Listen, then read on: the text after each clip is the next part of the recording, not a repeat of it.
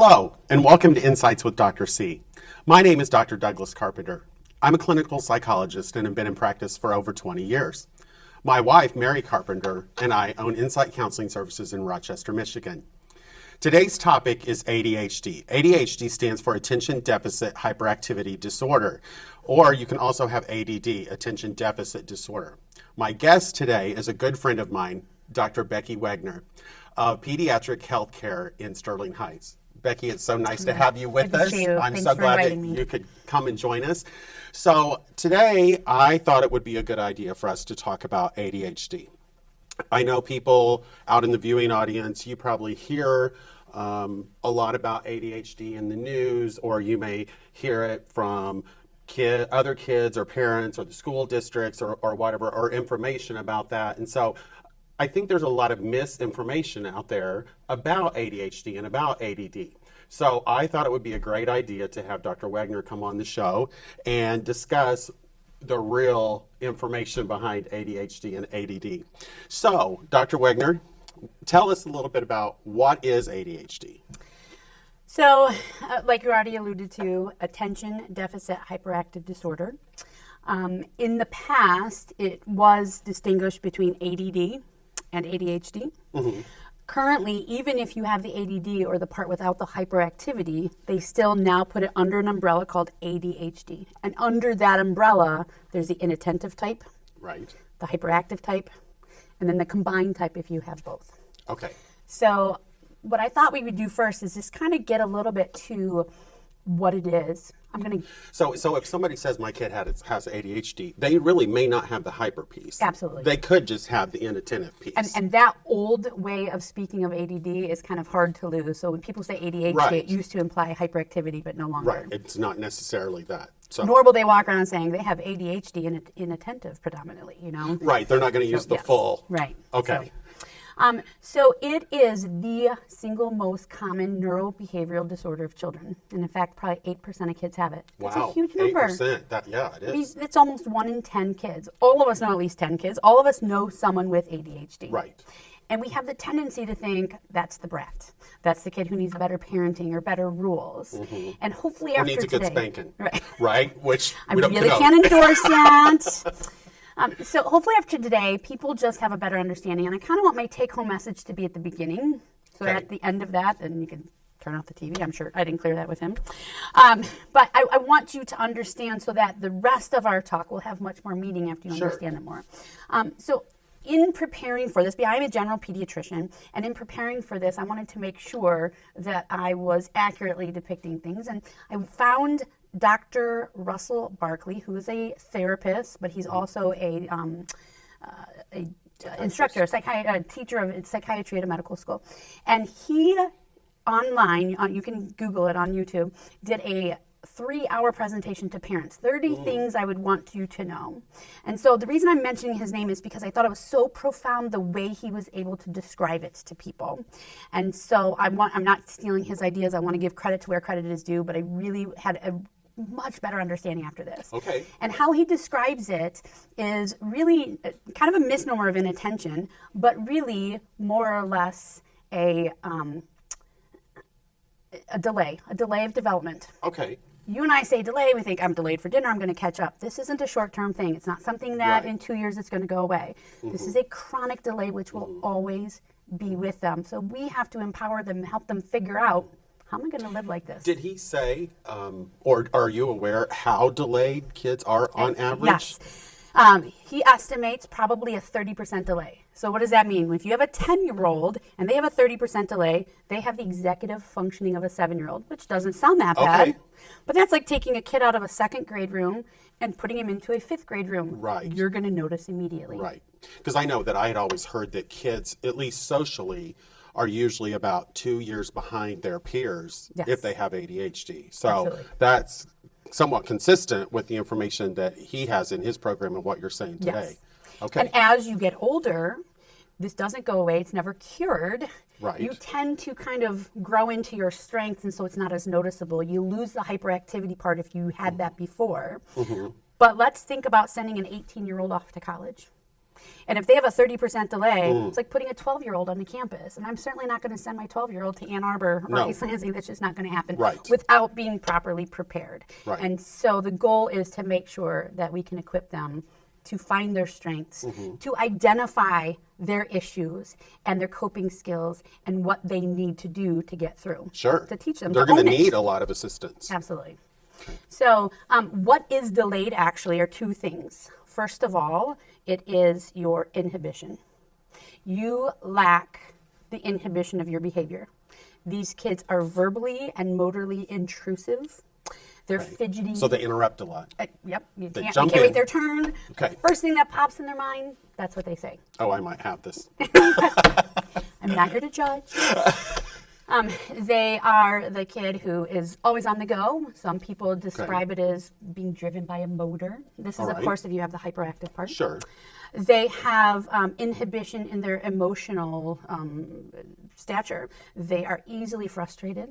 They're easily angered. It's the kid who has a meltdown and you just think, oh my goodness, just stop doing that while you're doing that. And they're that is part of the disorder. Even though the emotional aspect is not in the diagnostic criteria, it is definitely a part of the disorder. Well, if I'm 2 to 3 years behind my peers and I can't keep up with what they're doing, I may have the energy, but I may not have the focus to do that. That's going to frustrate me as a kid. And so that's going to be extremely emotional. Absolutely. And tend to contribute to meltdowns here. Yeah, absolutely. Okay. And other children will notice that and they will be less forgiving. So this affects you socially. Many young children have been shunned by their friends, not because they can't pay attention in class, but because of the emotional aspect. So this really does overtake all aspects of your life. It's not just the kid who can't pay attention with his reading class. Right. Well, and I hear that in my office when parents come in and they say, you know, my child that just does so much better when they play with peers that are 2 or 3 years younger than them. Or at school, the teacher tells me that he plays with the second graders. He's not with the fourth graders or the fifth graders. And so that's probably a sign, too, that there might be some type of delay or social delay here that I might need to pay attention as a parent. Right. Okay. Absolutely. Great. So the second thing then delayed is attention. And again, a little bit of a misnomer. These children can't self-regulate. Meaning, what does self-regulate mean? Self-control. Okay. Self-regulation being having hindsight. We look back, we see what's happened in the past. We take that information and process it and apply it to today and the decisions I'm going to make. We use that hindsight to look forward into the future and make decisions about where we're going with the future and have some forward decision making. They don't have that ability, and thus in lies the problem. So the attention part is really a failure of persistence. Okay. They can't persist to move on into the future and have future-directed behaviors. Okay. Well, and it sounds too like, and I hope I'm not stealing anything that you were going to present, but like if the thing we learned about if you're on fire, stop, drop, and roll. Right. Okay, we all learned that from Smokey Bear, right? Right. At some point, I don't know if Smokey Bear is still around, but this same thing is somewhat true in ADHD. We say do, think, feel, do. Right. Or feel, think, do. And ADHD kids feel and then they do. Right. And they skip that thinking piece. There's no pause. There's no pause. How do I process this? What do I do with it? What's the appropriate response? Right, and that's where you were saying there's, some forethought and the ability to look behind. I don't really work with kids too much, but even in adults with ADHD, I try to let them see that it's the thinking piece that you're missing, that you've got to feel something, but then you have to say stop. You have to see a stop sign in your head. You have to insert the thinking part. Right. And what are my consequences going to be? Right. How am I going to handle this? Who am I going to talk to? What am I going to do before you put it into action?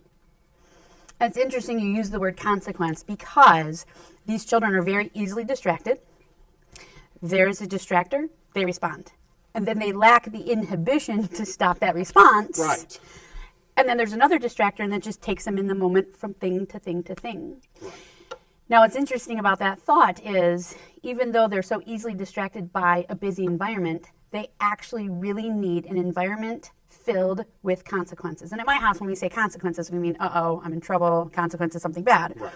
A consequence is really just an outcome. It can be a good response. It could be a bad response. There's just some response. There's an event.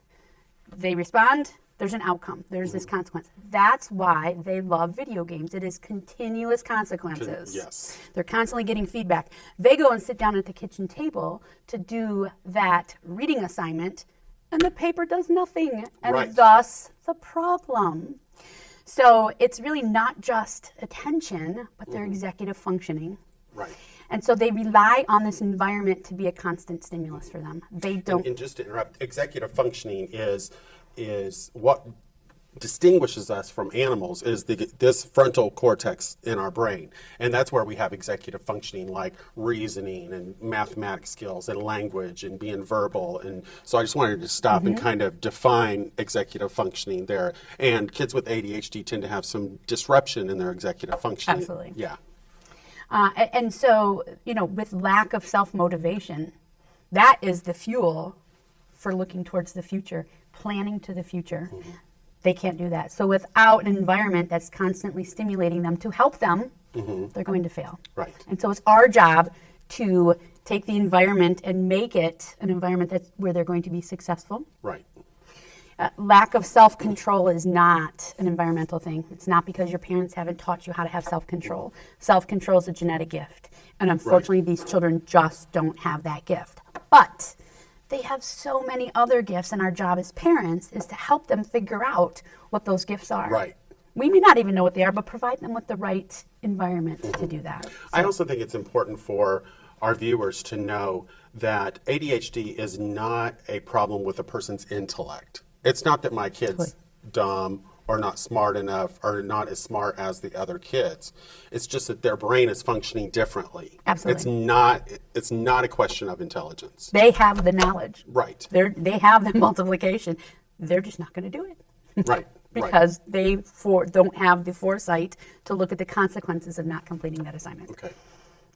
So when parents come to me with concerns, it's usually in their child's lack of ability to focus their attention, lack of ability to curb their activity level, and lack of their ability to inhibit their impulsiveness. Okay. So that's usually where it starts. All right. Well, let's move on and talk about what are the symptoms? What do you specifically look for to make a diagnosis? So some of the things we alluded to already, you've got the hyperactive side, you've got the inattentive side. Yes. And what we do is when someone calls my office and they say they have a concern, I send out to their house a Vanderbilt scale. It's a standard questionnaire. There are other ones that you can use. This is just what I find to be helpful. And there's one for parents and one for teachers. And it has a list of questions. And when we get them back to grade them, it doesn't tell the parent, this is inattentive, this is impulsive. We know how to grade it, so to tease that all out. And there are 9 specific things, such as lack of being able to plan and losing things and forgetful and all the things that they seem those kind of symptoms. That's in the inattentive. We also have then the next set of symptoms that's the hyperactive and impulsive, and there are 9 of those.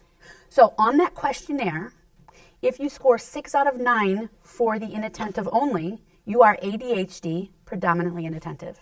Okay. If you score 6 out of 9 on the hyperactive impulsive side, you are ADHD, hyperactive. If you score 6 out of 9 on both, then you are the combined. All right. In addition to that, it's not just the questionnaire. There are other criteria. This has to have persisted for more than 6 months. If your child is 15 and comes home with all these symptoms in the last week, we have to say, what else are we missing? Right. Is this substance abuse? Is this head injury? Is this encephalitis?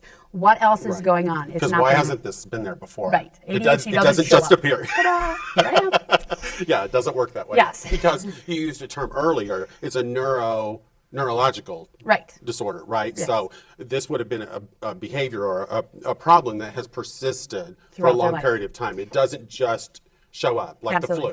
And actually, that leads to the next criteria. It has to be present before they're 12 years old. They used to say 7. However, those younger girls who don't have the hyperactive part, the boys tend to be more hyperactive. Those younger girls, a 7-year-old is in a 2nd grade, you fly under the radar if you have ADHD and attentive type, if you're a 7-year-old girl who's not causing trouble. Oh, she's so sweet, and the parents go, oh, everything's great. It's when you hit like 4th grade when you have the higher executive functioning of what's demanded of you. So they've changed that to 12, so we're not missing those inattentive children, especially the girls. All right. And it has to be impairment, significant impairment, in more than one area. It can't just be at your house. It can't just be at school. Maybe at school it's just a teacher who doesn't know how to respond to your child. Maybe at home it's just you're frustrated. It's the end of the day. They're really good at school and they get home and they fall apart and we're like, oh my goodness, what's going on? It's got to be more than one area. Okay, so in more than one setting. Yes, absolutely. Okay. So what warrants, once you make a diagnosis, what would warrant, does this kid need medication? Excellent question. First place to start is behavioral therapy all the time. And although I was a really big fan of this 3-hour lecture, I don't think there was enough attention on the behavioral part. So if you don't get that out of there, please don't mistake that as being me thinking behavioral therapy is not important. Okay. Especially in the younger groups. We have 4 and 5-year-olds who have ADHD. If I have a kid that young who I really think meets the criteria, I'm not real quick to start them on a medication. Sure. Mostly because they respond really well to behavioral therapy. And it's not just your 4-year-old going in and having play therapy and playing games. It's therapy. It's also geared towards the parents. They need to learn how to adjust this child's environment. When do they need tough love? When do they need an extra hug? When am I being an enabler? And when am I actually helping them Those are all cope? great points. So the parents have to also be enroll in this therapy. Other studies say that people who get behavioral therapy with medication do better and can probably be on lower doses of stimulants. Right, that is true. That being said, I think medication is very important because there are times when you as the parent can't be there changing and altering their environment, like on prom night, and times when they have to use good judgment. But let's think again about how we talked about the delay and like if you're the 18-year-old going to college. First of all, we know that adolescents who have ADHD really partake in high-risk behaviors. There is a higher rate of teen pregnancy. There are more visits to emergency rooms. That has been a well-documented study. Okay. There are more car accidents created by teen drivers who have ADHD, especially if they're not medicated. Wow. And there is more substance abuse. So people worry about medication like, oh, it's an addictive drug. Your child is more likely to have a substance abuse problem if they have ADHD and it goes untreated than they are to have an abuse problem I of think the that's drug so they're being treated with. important. What you just said is so important for our viewing audience to understand that having, you might fear placing your child on medication, but if you don't, they have a much higher risk for all these other behaviors. So what's the cost-benefit ratio? It's Right. much more beneficial Right. Absolutely. to look at putting them on medication. And I hear that so much in my office. Oh, I don't want my kid on medication. I don't believe in medication, or, I don't want them addicted to a drug or whatever. But we have to look at the benefits, Right. and it clearly outweighs. So if you determine that a child needs medication, I know as a clinical psychologist that there are several medications out there for ADHD. How do you, as a physician or a pediatrician, go about selecting the appropriate drug for this child and their needs? Multifactorial, as is everything, and this is kind of where the art of medicine comes in. There's so many things to really think about. There are 2 classes of stimulants, basically 2 groups: amphetamines and methylphenidate. Those are the big ones that everybody knows about. Methylphenidate being Ritalin, Focalin, methylene, Concerta, Daytrana, which is a patch, just to throw out some general names that people are familiar with. The amphetamines would be Adderall, Vyvanse, and those are the most effective, the stimulants. The way we decide is, first of all, are you looking for long-acting or short-acting? I always like to start with a long-acting. Then you are eliminating them having to go to the office at lunchtime and take their medication. Takes away some of the stigma. Well, why are you going to the office again? Why are you on medicine? Yeah. What are you on that medicine for? So long-acting, meaning that it will hopefully last them all day. That's the intent. Usually long-acting means anywhere between 6 and 12 hours. So some of them will market that they last the 12 hours, and that's why you should choose them. That might be the drug that's more costly. So Right. cost has to be considered. And people will come in all the time and say, I will pay whatever. But I will tell you, if you choose the one that's going to cost them $100 a month because it's the specialty medicine versus the $5 a month for the generic that's probably going to do the same thing for you, you're talking $60 a year versus $1,200. And I implore you, take that $1,140 and put it in your child's college tuition fund. Or send them to behavioral therapy. There you go. Ding, ding. There's where you put your money to good use. So cost is huge. And if we're trying to get an insurance company to approve one of the newer, more costly medications, we have to prove that they've been on this and they failed, and they've been on this and they failed. So it's all part of the process. And it's a process. And we're going to try and maybe fail, and then try and take a baby step, and then take 2 steps backward. So you can't have high expectations. We're going to start a medicine, and this is all we need to do, and we're going to be fine. And when you first start, we're going to see you often because of the side effects. Right. So stimulants are very well tolerated. They have been around for so long and been used for so many decades that we know there aren't long-term lasting effects. Right. The most common one that I see is weight loss Right. due to decreased appetite. And when I was a much younger pediatrician, because I'm so old now, I used to, they're losing weight. Now I just know that's going to happen. And I tell the parents, Right. they're going to lose weight. Right. And we're going to find ways to get And they're calories not going in. to eat much. Right. They're not going to be hungry. We're going to eat breakfast because that hasn't kicked in yet. We're going to eat a later, bigger dinner. We're going to find ways to make that happen. Right. And they usually kind of hit this bottom and then start to gain weight again on their old trend. So it's really not concerning once we kind of get there, and that's all good. Right. That's the biggest side effect. We see, headache. We see some insomnia or sleeping problems. But many of these kids with ADHD have sleep problems prior to medication. So it's hard to ferret that out. Some people, if they have an underlying genetic risk for tics, which is undesirable or involuntary motor behavior, the stimulant may unmask that tic. However, it's not permanent. If you stop the stimulant, the tic goes away. Right. And then if there's a side effect that's intolerable, then we might switch to one of the non-stimulants, classically amoxicillin, which is Strattera. Okay. They also have something called Intuniv. They have Clonidine. So there are different things that you can use if these stimulants are too many side effects. If there's a contraindication, like a known congenital heart problem that we're worried about the stimulant with, perhaps. Okay. And by the way, not everybody needs a baseline EKG before they get started on a stimulant. We do part of the family history and the kid's history, and that can be decided by your doctor.